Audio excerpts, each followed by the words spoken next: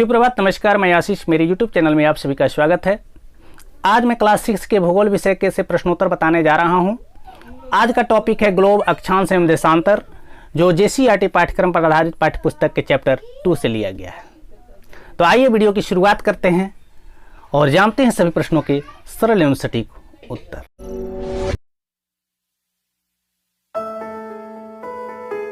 अध्याय 2 ग्लोब यानी अक्षांश एवं देशांतर। सबसे पहले देखते हैं वस्तुनिष्ठ प्रश्न। इसमें देखेंगे रिक्त स्थानों की पूर्ति कीजिए।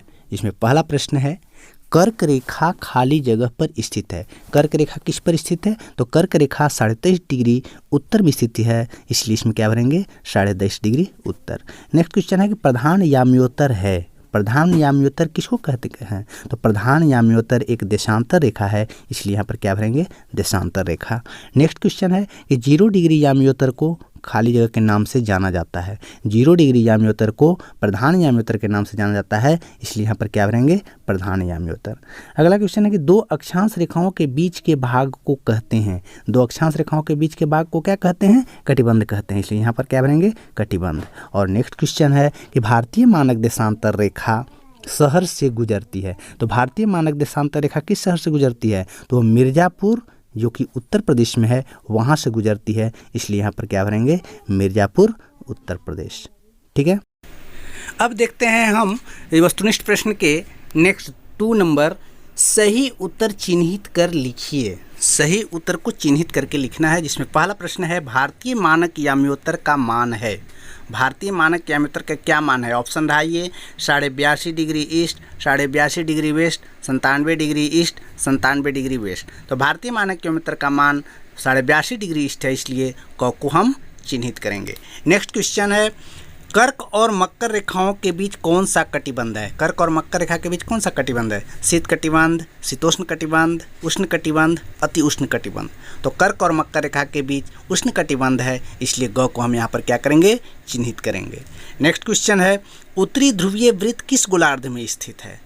ऑप्शन रहा पूर्वी गोलार्ध, दक्षिणी गोलार्ध, उत्तरी गोलार्ध, पश्चिमी गोलार्ध।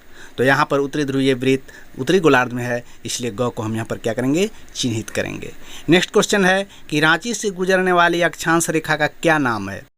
तो ऑप्शन रहा मकर रेखा, कर्क रेखा, विषुवत रेखा, उत्तर ध्रुव वृत्त। तो रांची से गुजरने वाली अक्षांश रेखा का नाम कर्क रेखा है, इसलिए ख को यहाँ पर क्या करेंगे? चिन्हित करेंगे।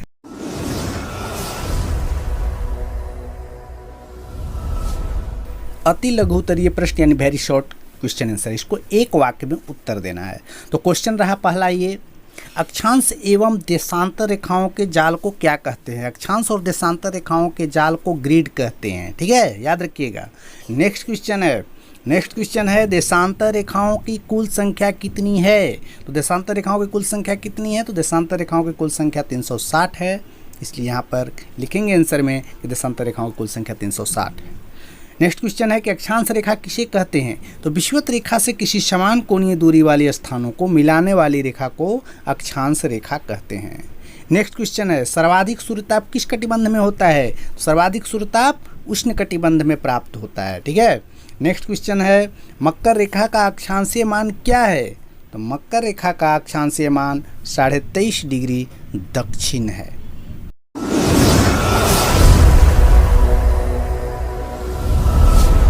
लघु उत्तरीय प्रश्न यानी शॉर्ट क्वेश्चन आंसर्स।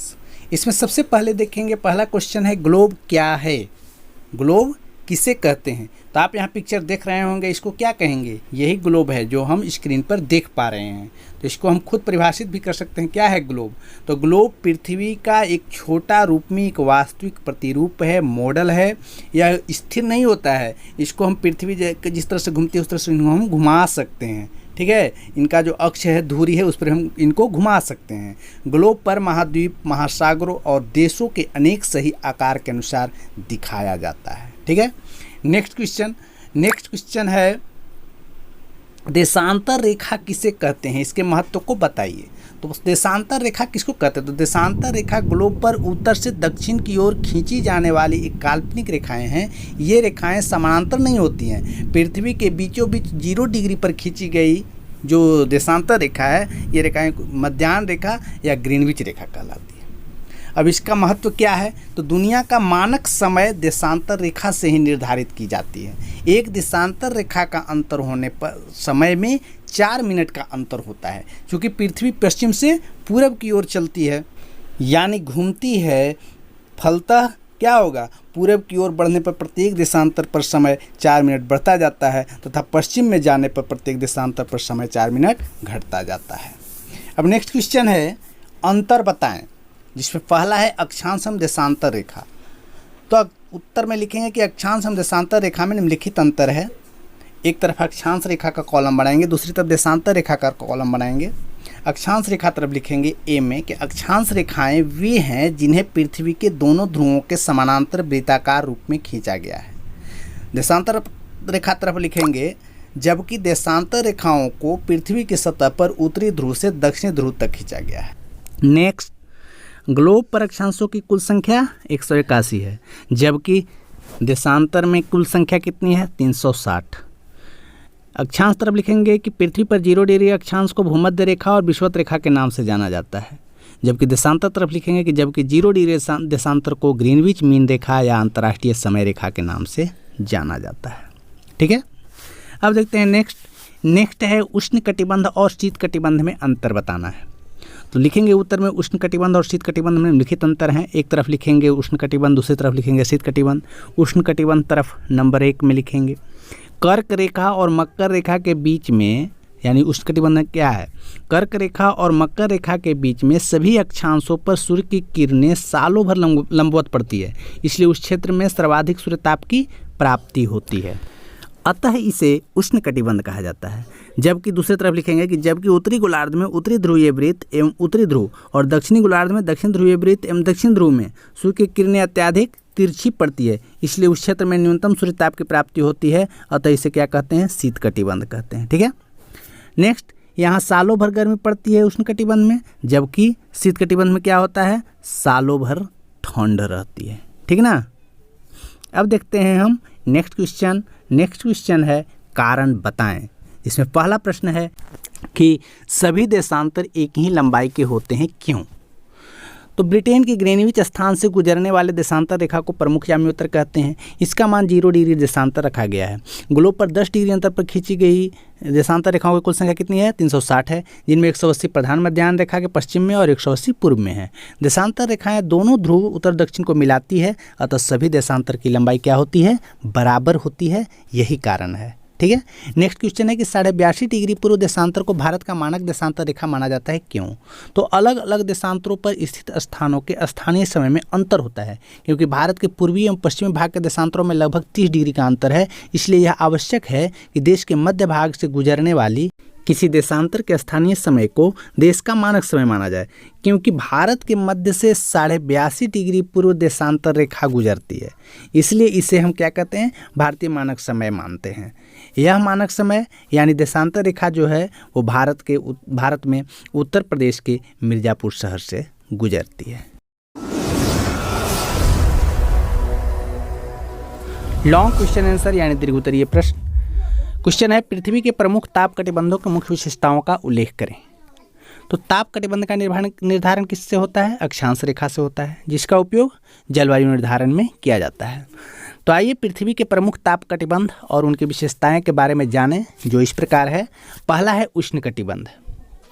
उष्ण कटिबंध में क्या होता है कि कर्क रेखा और मकर रेखा के बीच में सभी अक्षांशों पर सूर्य की किरणें साल भर लंबवत पड़ती है, यानी सीधे, इसलिए इस क्षेत्र में क्या होती है, सर्वाधिक सूर्य ताप की प्राप्ति होती है, काफ़ी गर्मी होती है, इसीलिए इसको क्या कहते हैं, हम उष्ण कटिबंध कहते हैं। ठीक है, इस प्रदेश में जलवायु परिवर्तन की स्थिति नहीं होती है। यहाँ पर चूँकि सालों भर चूँकि लंबवत पड़ती है, इसलिए यहाँ पर सालों भर ग्रीष्म ऋतु होती है, गर्मी के दिन होते हैं। ठीक है, नेक्स्ट है शीतोष्ण कटिबंध।